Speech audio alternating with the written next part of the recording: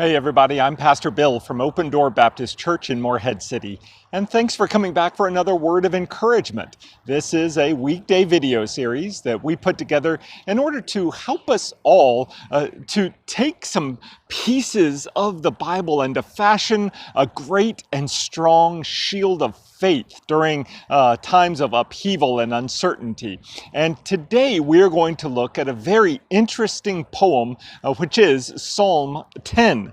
Psalm 10, in which David begins with these words, "Lord, why do you stand so far away? Why do you hide in times of trouble?"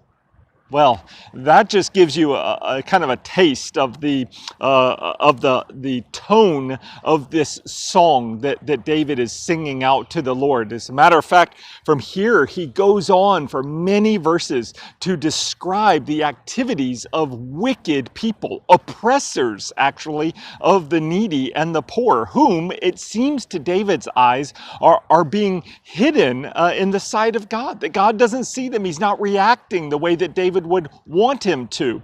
As a matter of fact, he catches up again in verse 12 where he says, "Rise up, Lord God, lift up your hand. Do not forget the afflicted."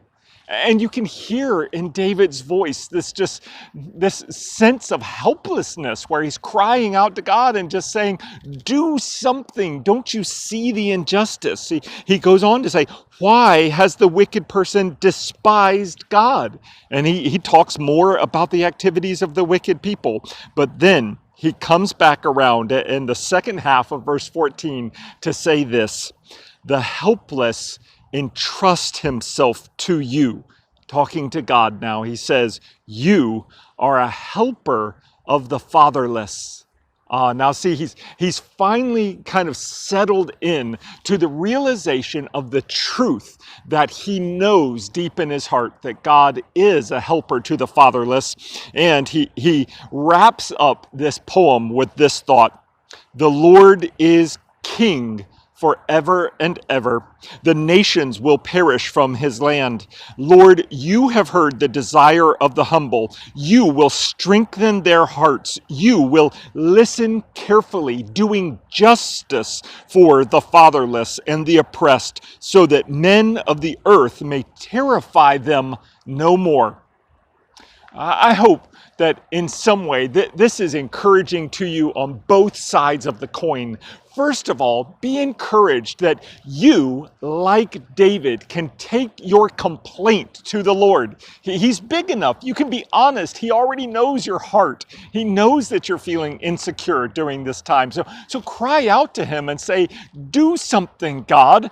That's part of the honesty of the Psalms. Be transparent before the Lord. But also, I would like to encourage you and motivate you to come back around at the end of your complaint, at the end of your crying out to the Lord for justice.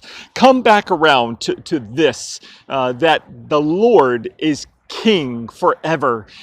Declare his sovereignty. Talk to him about his stability and his unchanging kingliness, his dominion. And finally, with David, end your prayer, end your complaint, maybe even with the thought that God is not only king forever, but that he is also merciful, listening to the hearts of the humble.